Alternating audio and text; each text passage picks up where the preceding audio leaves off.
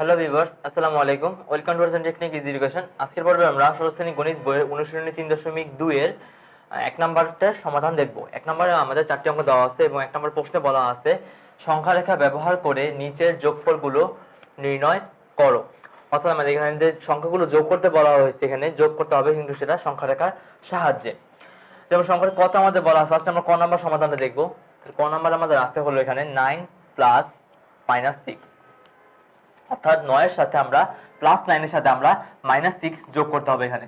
তাহলে ফার্স্ট আমরা সংখ্যা রেখা রেখে ফেললাম। আমরা জানি সংখ্যা রেখার বেসিক, আমরা জানি যে ফার্স্টে যে আমরা সংখ্যা রেখা 0 কে নির্দিষ্ট করি, 0 কে নির্দিষ্ট করার পরে আমরা 0 এর যত ডান দিকে থাকে হলো ধনাত্মক সংখ্যা এবং 0 এর বাম দিকে থাকে হলো ঋণাত্মক সংখ্যা। তাহলে 0 এর ডান দিকে আমরা ধনাত্মক সংখ্যা রাখলাম এবং 0 এর বাম দিকে আমরা ঋণাত্মক সংখ্যা রাখলাম এবং দুই পাশে দুটো অ্যারো দিলাম, কারণ কি এইদিকে সংখ্যা রেখা এখনো চলমান, কারণ 10 এর পরে আরো ধনাত্মক সংখ্যা আছে এবং -4 এর পরে আরো ঋণাত্মক সংখ্যা আছে। তাই আমরা অ্যারো চিহ্ন দিয়ে দেখালাম যে এটা চলমান আছে সংখ্যা রেখাটা।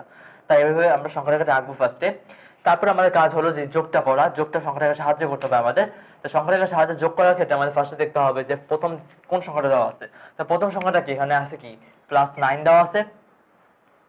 +9 মানে কি? +9 মানে হলো 0 ডান দিকে 9 ঘর আমাদের যেতে হবে।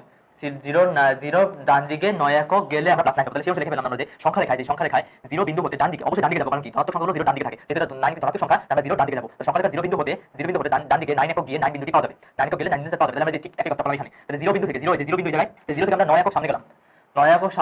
9 একক ডান দিকে গেলাম। 9 একক ডান দিকে যাওয়ার পর এই যেখানে যে অ্যারো চিহ্ন দেখিয়ে দিলাম আমরা এখানে, যে এখানে আমরা পৌঁছে গেলাম, এখানে আমরা 9 বিন্দুটি পেয়ে গেলাম। এই পয়েন্টে 9 বিন্দু।